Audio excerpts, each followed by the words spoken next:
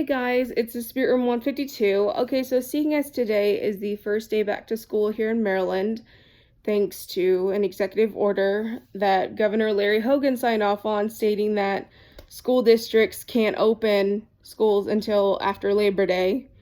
I'm gonna talk about, bullying and all of that and the aftermath and, and like how it turned out to be once I reached adulthood. Because I know that some of you are who are going to be watching this, you're probably still in middle school or high school and you're being bullied relentlessly. And hopefully this video gives you some kind of hope for the future. So yeah, and this is coming from 26-year-old Christina, who was out bullied relentlessly in school. So when I was in middle school and high school, I was bullied relentlessly for my weight. I had dandruff at the time when I was in 6th grade, and people called me lice girl, and it really destroyed me. 7th grade, I was beaten up in the locker room, and I just had all sorts of shit happen. And during that time, school administrators would tell me, Christina, it's going to get better for you when you reach adulthood. And I would say, yeah, right. And because I couldn't imagine at that time it ever getting better. And now that I reached adulthood, this is how everything turned out. So when I was being bullied, the people who bullied me, they would sit there all like, oh, bitch, you're gonna be dead, you're gonna be this, you're gonna be that, and I'm gonna be this and that and the other. Well, guess what? That's not the case. So full disclosure, I'm 26 years old, I still live with mom and dad, and I work part-time at Domino's. And I'm not quite where I want to be yet, but I'm getting there. The same cannot be said for the people who bullied me, because the people who bullied me in school, they had children that, they had children really young. Some became resentful that, as a result of having kids, they can't do what they want anymore, that they sit there like, oh, my life's fucked up because of this, that, and the other. And they're not where they want to be in life. I know one of them ended up dying of cancer. 3 of them are on the sex offenders registry, and several of them, like I said, they have kids and they're in really, really bad situations. And it's kind of interesting how that turned out. And so far, so since I graduated, 3 of the people who bullied me actually apologized for it. They were, and one of the, and my favorite example, his name is Anthony McElwain. He's probably going to see this, and he's probably going to want to kill me for saying it, but I don't really care, because it is, because, what's past is past. So he's a prime example of somebody who is genuinely sorry for what he did. So when I was in 8th grade and in high school, he bullied me to the point where I was crying myself to sleep. I felt really shitty about myself. He was somebody who contributed to that. And I just was so pissed at him. So flash forward.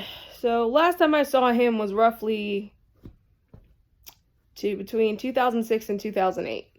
So flash forward to Halloween 2016. I go to GameStop with my cousin, and this guy says, "Hey Christina, you look familiar." And I said, "Yeah." No, wait a minute. How did that go? He's like, "Hey Christina." I was like, and then I looked at his name tag. I was like, "Oh yeah, I remember you. You used to torture me in middle school and high school. How you doing?" And I said it with a smile on my face, while looking like Olivia Moore from iZombie. Yeah, just without the pale skin and the blonde hair. And he apologized to me for what he had done.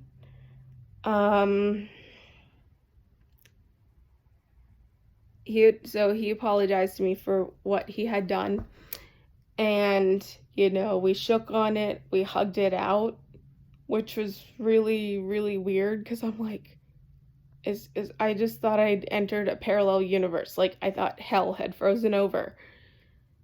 And then that was that. I saw him a couple weeks later, and then I wouldn't see him again until last fall. So at the time, I had started working at Domino's. I came into work. "Hey, Christina." "Oh, hey, Anthony, what's up?" He showed up at the Domino's I work at. And then flash forward about a month or so later, I went to AT&T, because I had just gotten an iPhone XR, and the SIM card wasn't working. And so I go into AT&T, and guess who's in there, and the only person available to help me? Anthony. So it's me and him in the store, and oh my god, what I'm about to tell you is very, very cathartic, and oh my god. So we were talking about the days in which he bullied me, and he told me that when he saw me at GameStop, he really felt the urge to apologize to me, because he really genuinely and truly felt shitty for what he had done to me, and that he was genuinely sorry for it. Yeah, after 2 years, like between the 2 years I had seen him, oh yeah, one does not feel that level of agony and then pretends like, no. So he told me that, he was aware that he got to a point where there came a point when he realized that what he had done was wrong and hurtful, and that it may have negatively affected me. And I told him that the day he apologized to me at GameStop, I thought hell had frozen over, and he thought it was funny. I was like, "Dude, it's not funny. You have no idea how badly your bullying affected me. I'm not trying to make you feel terrible, but that's just the reality of it." And he's like, "Nope, I deserve to feel terrible." Oh man. And this was, oh man, I let loose on him with this one. So he's fixing my phone, and I was like, "Okay, well, in that case, this is how your bullying affected me." And then I told him about how it affected my body image, how I saw myself, that I cried myself to sleep, and where it really affected me was with guys in terms of dating, because I have a boyfriend. I've been with him for over 2 years. And when he first showed an interest in me, I thought he was screwing with me. Like, I thought, no, he doesn't legitimately want me. I'm just a conquest for his friends, and he wants to, he only wants to be with me so that way he can sit there and be like, "Oh yeah, she fell for it." But then and then about 2 months later, I realized that it was real, and I could finally breathe again. And and I let this guy have it. Like, I'm sitting there in the AT&T store with the guy who used to bully me, and I am just unleashing everything on him. And then I said to him, there's going to come a day when you're going to have kids of your own. And there's also going to come a day when you're going to be explaining to them why bullying is bad. And when that day comes, I hope I haunt you. I hope I haunt you to the point where it just bothers you when you have to explain to your kids why bullying is bad, that you think of every terrible thing you did to me. And by the end of it, he felt the same pain and anguish he made me feel all those years ago. And it was very, very cathartic. And, I don't feel good about hurting people, but, oh man, to finally be able to push back. It was the biggest relief in the world to me. It was just, oh boy, it was a huge relief.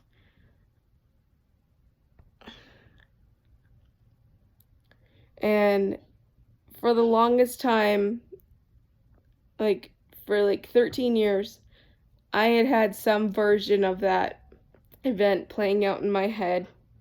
And for the most part, it played out how I wanted it to. That the tables had been turned. That I was the one walking away just happy that I had just done this to him, and he was feeling the same level of pain he made me feel all that time ago. It was cathartic, the biggest relief in the world.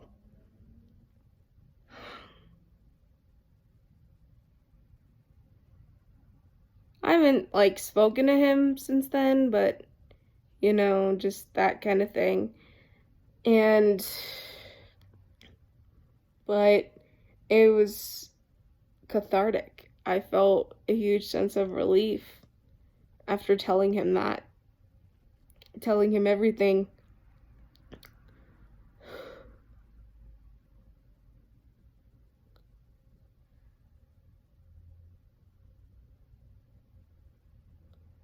But yeah, I think that's about it. But yeah, like I said, if you are being bullied, it does get better. You're gonna find yourself laughing in everyone else's face. But in the meantime, if you are being bullied, definitely talk to someone about it. Don't let these people have any more power over you than they already have. And find healthy ways to cope with it. For me, it was knitting, writing music, writing fan fiction, playing my guitar, just soothing my soul that way. And it was just a huge soul soother. And that's how I coped with it. But yeah. But that's how it turned out in adulthood. I graduated from school 2 years later than I should have, but I'm proud that I have my diploma, which is way more than what a lot of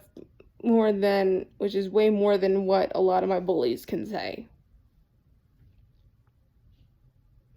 Because they were way too focused on me instead of themselves.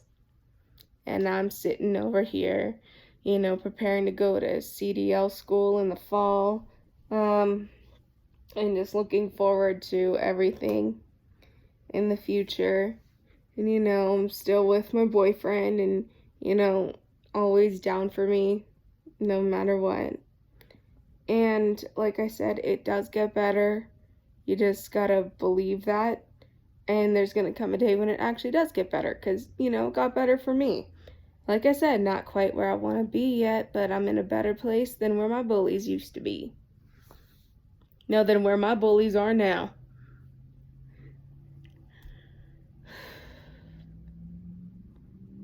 Like I said, I hope this video helps you somehow, or gives you hope for the future. So I think that's about it. All right, bye guys.